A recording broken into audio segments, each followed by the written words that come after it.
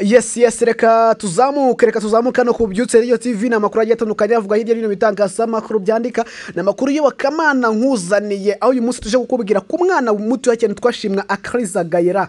Uyu mwana ashimwa Akariza Gayera n'umwana muto cyane uririmba indirimbo zo kuramya no guhimbaza Imana. Yasohoye indirimbo nshya yitwa Humura igamije guhumuriza abantu bababaye ababwira ko Imana bakunda kandi ko ejo ari heza cyane. Umwe baramyi bato kandi b'abanyempano u Rwanda rwibitse witwa Shimwa Akariza Gayera imyaka 10 yonyine usanzwe ari n'umuririmbyi muri Chorale Injili Bola aho nyine akizagaragara iyi ndirimbo nyuma y'igihe gito atubwiye ku nshuro ye yambere mu gitaramo nyine cy'urwenya kizwe nka James Comedy cyabaye kwa 20 Gashyantare mu mwaka wa 2025 aho yaganiriye n'urubyiruko nyine mu by'urugendo rwe n'indota afite umwuga akora.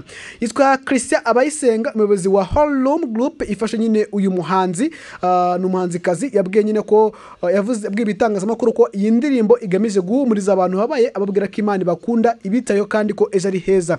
Mu yikirizo rero indirimbo nshya Akariza yise Humura aragira ati humura kandi uhumurize umutima yakuremye ifite umugambi nubwo nyine uyu munsi bwije uhumure ejo buzacya iragukunda.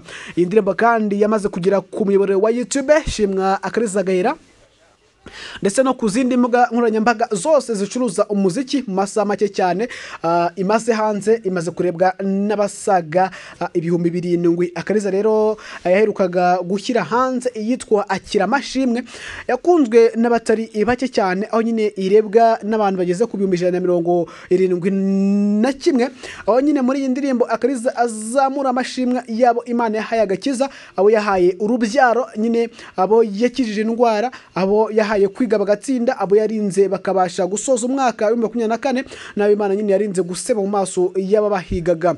Uyu mwana ukiri muto cyane imyaka 10 cyane akagira Imana yasanzwe yamenyekanye kandi asubiramo indirimbo z'abandi bahanzi mbere yuko atangira gukora umuziki we.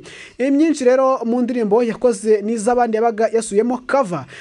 Ibi rero n'izi ndirimbo zose yakoze ziri kuri chaîne ya YouTube twashimwa Akariza Gayera hakaba hariho n'ijambo ry'Imana abwiriza kuko asanzwe n'umuvuga butumwa bwiza bwa Yesu. Hejuru y'ibyo Akariza n'umuririmbyi muri Chorale yitwa Injili Bola ikorera mu murimo muri Père Gikondo Karugira.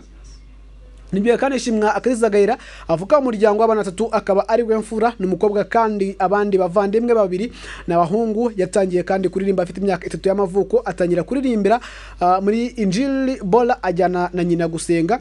Nimugiye kandi yashyize hanze indirimbo ye ya mbere afite imyaka 6. Ababyeyi ba Akariza Ishimwa Gayera bamwifuriza kuzaba umuririmbyi ukomeye ubaha Imana kandi uca bugufi arakatajira mu muziki akomeje guba yakira hanze indirimbo zitandukanye kandi akaba yakomeza kuba yashyira ikintu ku mitima y'abantu benshi cyane. Rero nayo makuru